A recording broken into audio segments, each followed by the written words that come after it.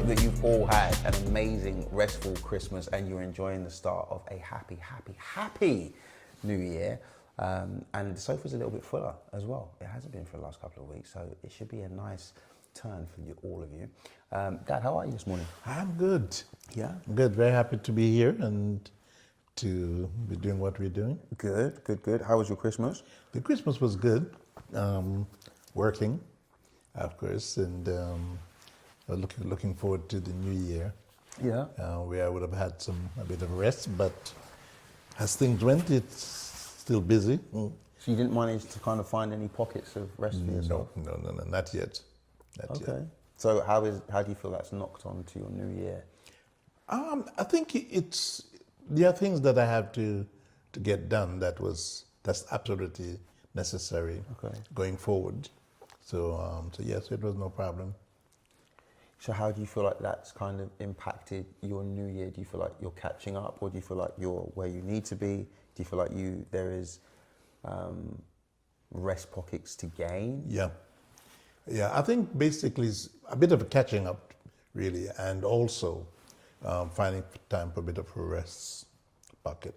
And once I've got over some things that I need to get done, then I will be able to have a bit of time to. Just a question objectively, and this is actually probably for people that are quite busy, because I'm sure there'll be quite a few people that would have hoped they would have gone out of last year feeling quite rested, and maybe things popped up that meant that just their workload was a little bit more consistent throughout the thing.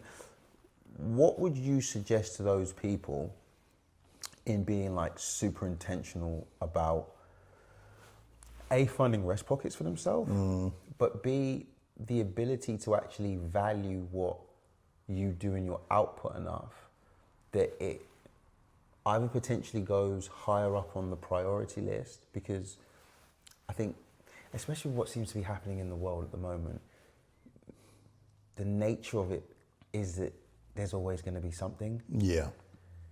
And it would appear that if you can't control the something, then it's almost like, I always think it's quite sadistic when I watch people watch their dogs chasing their tail, right? Because the reality is that the dog thinks it's in motion and it has the ability to catch something. And everybody else watching on the outside realizes it's never going to catch the thing, Exactly, right? that is true. And then they kind of, excite the dog a bit, and then the dog goes even quicker. And the misery of having something feel so close, but you're never able to grasp it. And so just as you were talking, I was just like, okay, I know how I would normally react or respond, I think is a better word, to a statement like that. But then I sat there and I thought, okay, cool, there's probably lots of other people that might be feeling this or thinking this or having this kind of.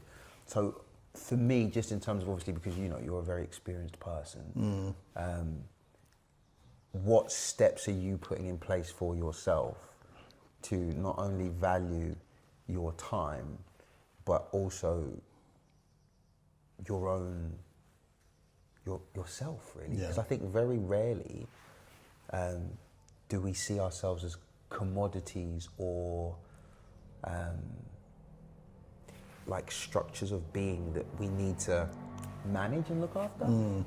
I think one of the things that most people, I think, in the world has grown to have a certain expectation of how things are going to be, and therefore they would plan for it. But we are in a time now where everything seems to be going pear-shaped in most areas, actually.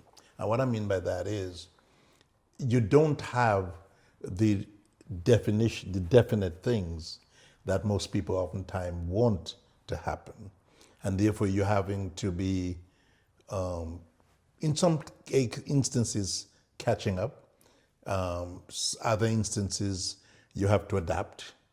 And it is that constant adapting to the moving and changing environment that is oftentimes quite challenging. Now that you're facing these, having to plan that, yes, you may not you may not be able to get the big thing that you want, but it's to gradually work with bite size. And it is that bite size that is going to help you to keep going, you know what I mean, because of the changing situation that you're always going to come up against. So, in terms of a person in your position, how have you identified and discovered, to use the term that you used, the bite-sized pockets that are allowing you to hopefully build the environment that you want for yourself in terms of obviously the efficiency of your work, but also the peace and relaxation of a restful environment? Yeah. In most cases, I think where I find the challenges are is that you can plan for yourself. Dad, I didn't ask that. What I asked you was, how have you found the bite-sized pockets? Yeah, In terms of your rest pockets. Yeah, that's what I'm getting to. Okay, cool. Yeah. So what I'm saying is this: that for a lot of people, Yeah. the problem is not necessarily with you, per se. It is with the environment around you that oftentimes is changing and therefore impacts on you, where you then have to adapt to that changing environment. So where you can perceive or anticipate changes, then of course you can work with how best you're going to lean into it or not. And that is really where one would have to then be able to take a bit out when you can, and deal with the issues that presents themselves. See what I mean? So it's not something you can sit down and say, okay, you're going to plan for that, because the environment is changing constantly. And especially where I'm sitting, sometimes you're having to be ready to move with that changing environment. So that is where, in many people's cases, I believe, the challenges are. And it's understanding that, and from that, carve out, the pockets that you feel you need to keep you going. Okay. Can I just re-ask that question? Because I waited and of course. Yeah, because I don't think you understood what I was asking. What you alluded to is saying that you'd found bite-sized pockets and stuff within a changing environment. So what I was asking you to do was to explain to those that are listening how you found those bite-sized pockets and what those bite-sized pockets look like. Because I was completely following the fact that you're saying in a changing environment you have to adapt and adjust 100%. But that was the point of the question, that if the environment is consistently changing, then there has to be constants, right?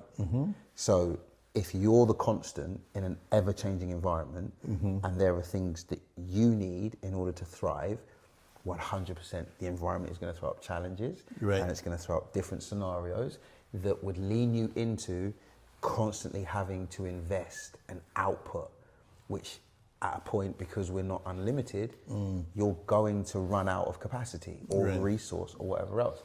So because you said that you found bite-sized pockets, I was like, okay, cool. Where are these bite-sized pockets? How did you find them?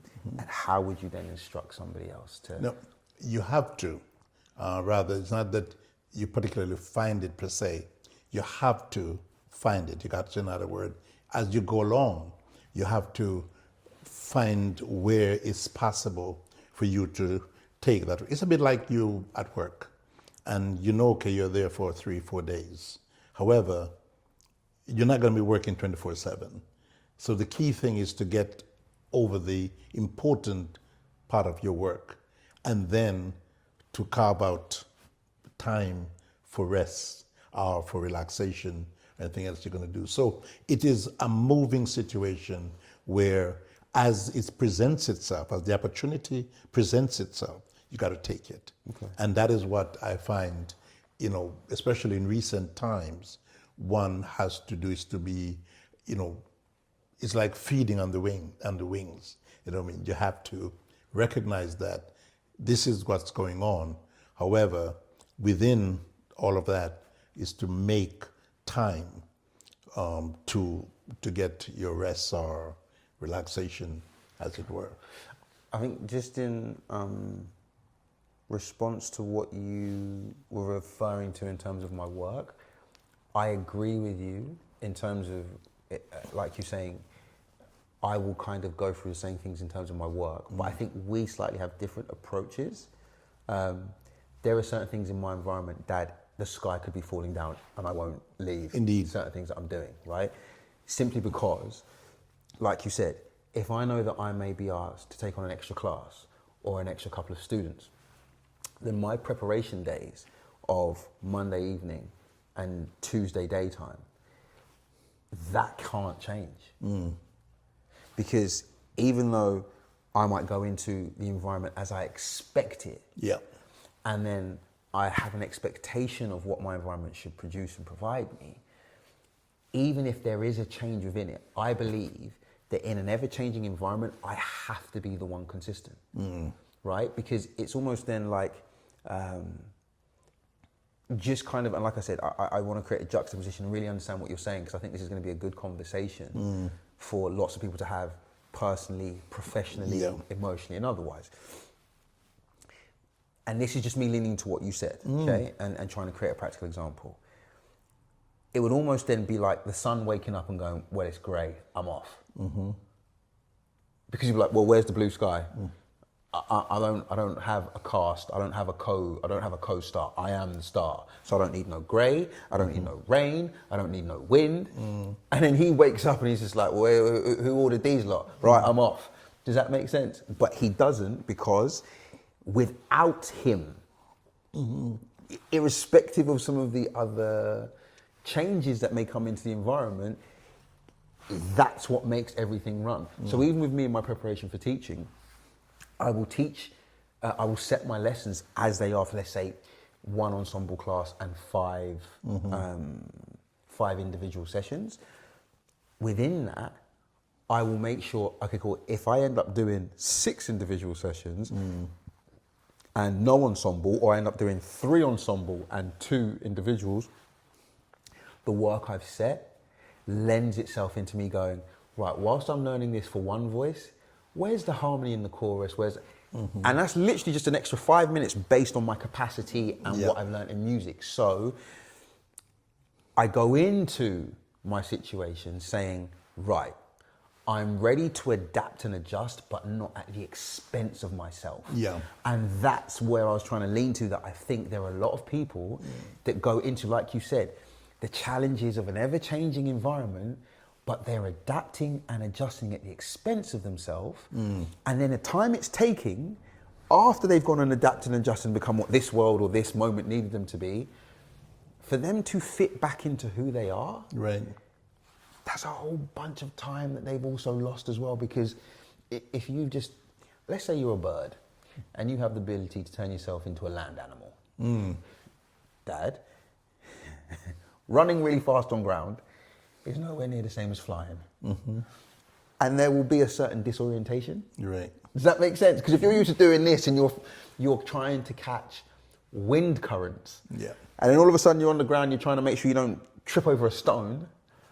And that's why I was asking, okay, now I see what you're talking about with the challenges and the da-da-da and the da-dee. The question I'd put to you is, what would you then potentially encourage those that, like you said, are trying to find these rest pockets and balance and manage their world? What would you encourage them to be the one constant in their personal environment? To be prepared for the changes. I mean, literally, to have a mindset to be ready for changes. And at the expense of what they're doing as well? Not necessarily within what they're doing. I mean, take, for instance, a doctor. Right. Yeah. You have those who are just coming into the practice. Now, they're working something like 80 hours at the best of times, say, per week. You know what I mean? So in other words, they will have breaks, but they're constantly on call.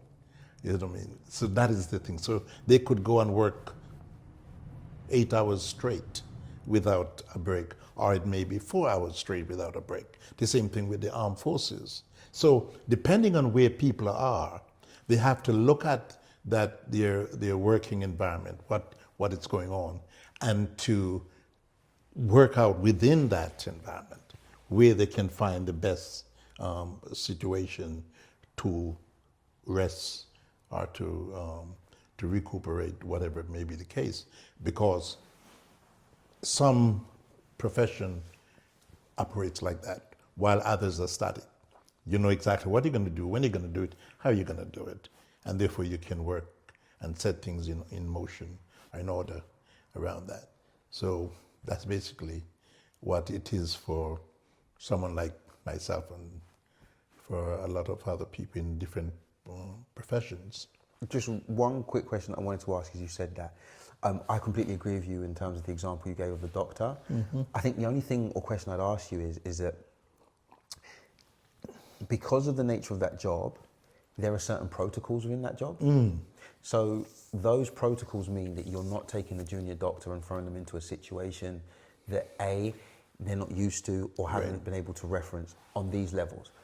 The first level, A, that they haven't seen it before.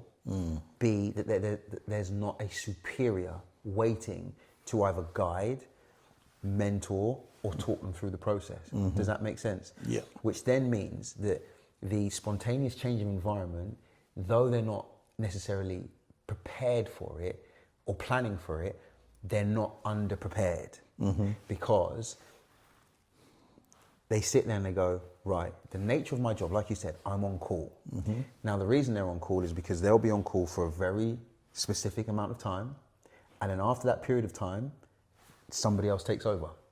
Mm-hmm. Right? Otherwise, when they're at home sleeping, the phone, it's not the case because they realize it's such an intense amount of time in a very short space, right? Someone will sit there and go, 3 days isn't that long to be on call. Well, if you've got to stay up for 72 hours, yes, it is. And if the decision you have to make is life and death, yes, it is. So what they do is they provide the boundaries that allows them to be able to sit there and say, right, I have to do this intenseness of this job, but I'm going to do it in this short, sharp burst. Indeed. And the junior doctor will have a senior doctor who will then probably have somebody that sits on the board of the hospital that allows to filter down all of what I call the executive decision. Right. Right? So even within the changing environment and being on call, would you agree that there are certain protocols and preparations that are set in place to help them to deal with this? Of course, there is, because the institution caters for that. Right. They have both the human resources as well as the financial resources and other resources to facilitate that. Right. But you have other situations where you don't have that kind of resources available to you so that you can function with that level of efficiencies. So for example, let's say as we were talking about the medical profession, I mean, that body is fully established, funded, in most cases even by the government. Then you've got other people like, say, for example, somebody who's self-employed. You know what I mean? He hasn't got that kind of institution support mechanism around him. So he has to, whatever he does, he's doing it because everything is about him achieving the objectives he wants to, while at the same time, he has to bring balance to his life. You know what I mean? And he has to do it within the limitation that he has. So that is why it varies, I said, depending on the environment and what you're involved in. Would you agree then, or would you not agree, that both have access to the same thing, but obviously the onus is on one to create it for himself, whilst the onus for the other is that, like you said, because it's rooted in an institution, it has that attachment to its dimensions. So you'd agree that it's for one to then potentially create that other basis. Absolutely, absolutely. So what I'd say to you is how do you, or how would you encourage others to build that for themselves? Right. And wait one moment. And how, or would you encourage them to do that irrespective of the environment? And the reason I say that is because if I lean into the point that you made that the environment's always changing, then my ability to sustain myself is then going to have to become upon me deciding what is important and what's not. Does that make sense? Yeah. So where would you, or how would you advise or encourage people? So that's why the individuals would have to look at their situation and assess it based on what they are experiencing, what they're going through, and what they have happening in their spheres of activities. So that's going to be down to them as an individual per se, especially if you are working on your own, say self-employed, as a typical example, right? So it's the amount, the time is going to be relative to what you can afford or cannot afford. While, for example, the institution is different because things are set up differently. So I would say to any person, the onus is on them. They know their limitation, they know their capacity, and so therefore it's going to be up to them to decide, okay, I can do this much and need X amount of a break. And it is like a story that I once heard about a young man and an old man, and they were going to have a race, how many trees they could cut down in the forest. I mean, the young man got his axe and went to work nonstop. The old man got his axe, and after every 20 minutes, he stopped and he sharpened it. In the end, it's him who won the competition. So the young man said, well, I went all day. He said, no, the difference is that you kept on going. You wear down your energy. I stop every 20 minutes, recuperate, sharpen my tool, and that's why I was able to achieve the objective. And I think that's what it's going to be for most people going forward. How would you suggest that they find those pockets of rest, like in terms of the circuit breakers to sharpen their tools? What does that look like? Or how do you implement that in your life? Well, it determines on your energy level and your capacity, really, because for some people, every 20 minutes works. They get 10 minutes rest. It's in front of the person because they may feel a lot fitter, stronger. They can go for hours. So it's going to be totally down to those kind of situation as to whether, how much, how little one allow themselves.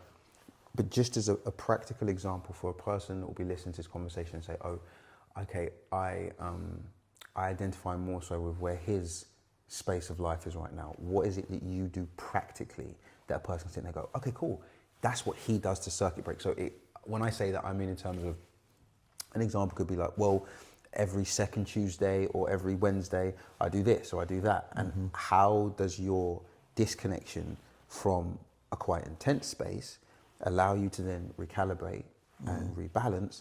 And also, if you're saying that this is something that you're having to implement, then I'm guessing it's something that you're having to teach yourself, which means that it's kind of new.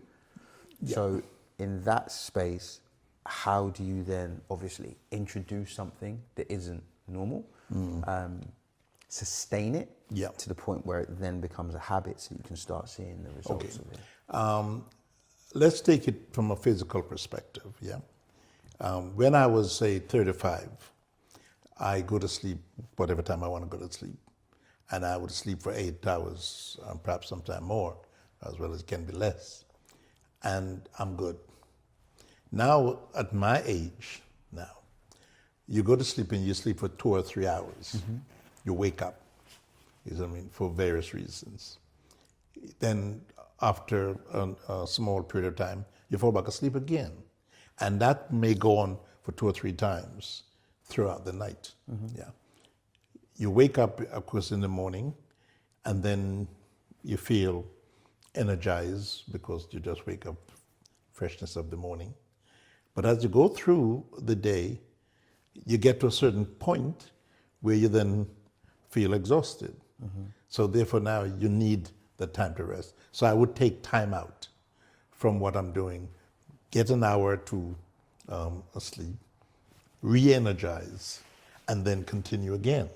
So therefore, for me, it's over 24 hours period in most cases unless have a specific holiday break.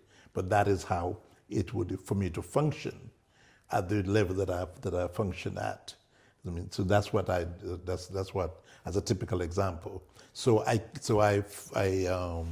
create what I need that fits my circumstances, and I would say to every person that they should look at theirs. For example, the person who is 35, for example, may not need because you don't have these breaks coming at him at different hours and different times. So he may deal with it differently and find different time to fit in, whether it's a long or short, bite-sized or protracted. Okay. 2026, you were saying or last week actually, that you were speaking to a congregation on New Year's Eve and that you had felt that you needed to give quite a, well, it's not what I'd call your usual New Year's Eve message, because a lot of people are quite giddy on New Year's and they're looking forward to the new year and resolutions and ideas of what they want to do and what they're going to upscale and what they're going to descale. But you were quite adamant's the wrong word. I would say it's specific. I wouldn't even say it was specific. I would say it was what I call a quiet knowing, in terms of your conviction with regards to what you think this year is going to throw up in terms of challenges and stuff. So I kind of wanted to go into that a little bit because obviously, like you said, the world as an environment and a community feels very chaotic at the moment. So in terms of what we were speaking about in the first part of our conversation, in an ever-changing environment, you kind of want to be able to hold on to a couple of absolutes and constants. Right. So firstly, I wanted to kind of explore a little bit about what you kind of meant in terms of the challenges that you think people might face. And then for you just to, if you can, just provide some practical steps and examples that people can use to maybe battle some of these things. Yeah, I think for me, it's in my field of operation, namely the church, we have something called discernment. Yeah, where it is the ability to see not only in the spirit world, but also using the gift of knowledge, wisdom. You can see ahead what is happening. And so combine those two together, it gives you an insight into what is pending or even what is happening. So for me, as you rightly said, it was a rather strange message when most people coming into the new year want to be optimistic and making, as I said, resolutions, etc. So my thing was that it is going to be a very challenging year, very difficult. Now, my knowledge of biblical prophecy is one of the source of my information. Two, the discerning of the environment around me, politically and socially, as well as environmentally. So that's what led me to be so specific in terms of what I said as regarding to this year. However, having said that, we individuals has to get into a mode of preparation. Imagine, and just to give it as an example, when the pandemic was announced, people rushed to get things to compensate for any shortage that may come or lack of delivery that may be made. In the same way, we are saying to people is that in the light of what is happening in these four spheres of activity, politically, environmentally, and politically, environmentally, spiritually, and of course, socially. Yes, then one has to ask themselves a number of questions. How prepared are they for any of those eventuality. And to address that question, then one has to look at where they feel if anything were to happen outside the norm, how are they prepared for it? What do they have in store? For example, do they have savings, as a typical example, if things go financially pear-shaped? Do they have food if climatically we have floods, snows, whatever? And these are the areas in which each person has to look and see what have they got to combat any such emergency. That's what I would suggest. Okay, so in terms of environmentally, what do you think some of the challenges people are going to face, or what do you perceive to be coming that they're going to need to prepare for? Take, for instance, I would say, like, let's use Jamaica as a typical example. Now, we just heard of one of the worst hurricane that hit that island. In principle, it has been coming, and the meteorological office has been saying to people, look, things are going to get worse in terms of the weather climatic condition. Then one would have asked, did anyone listen to it? And if they did, then number one, they would have said, okay, let me do some savings. Let me have something put aside in the event something like this happen. I can have money. Because for those who experience this storm, one of their greatest needs is financial fluidity. But a lot of people, they don't have it. And that is the cry you hear from most people. Now, if one wait until the problem happens and to then try to say, it's clearly going to catch them off guard. So I would say to people that you have to look at, I said, these four upper activities, these four elements that potentially can happen, and do as much as you can to circumvent it by being ready in many instances. If, for example, tomorrow, okay, let's take Essex. Right now in Essex, they're having this problem with the water company. And for nearly, I'm not sure how many weeks it is, they have been without water. You see what I mean? Okay, the government is giving them water presently, but how many people are prepared to have water just even for a week if in the event something happened? And then that applies to almost all other commodity.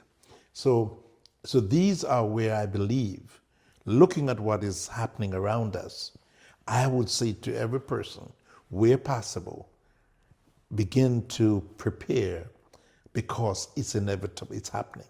And it's happening on every continent. And so you said socially, what do you think the challenges people are going to face on a social level? Social level, again, people has come to adapt to certain operation or situation that they see or they're used to. Can you give me an example? Yeah. For example, going out, having sports and these kind of things. You know, people like the weekends are a different time that they would go and socialize with their friends, etc., because they have the means to do so. However, if that suddenly stopped, like we have another lockdown, how will people deal with that? Because Do you not just think they'd sneak to each other's houses like they did last time? No, I really believe that if something like that happened again, the government also learned that there was sneaking going on. Right. And I think that they would make it far more restrictive in how people do.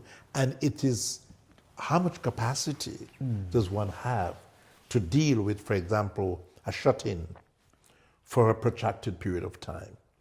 And these are where, rather than just taking, as I said, small gulp of oxygen, you need a tank sitting there somewhere that when the oxygen becomes short, you can go to it, you know, and live.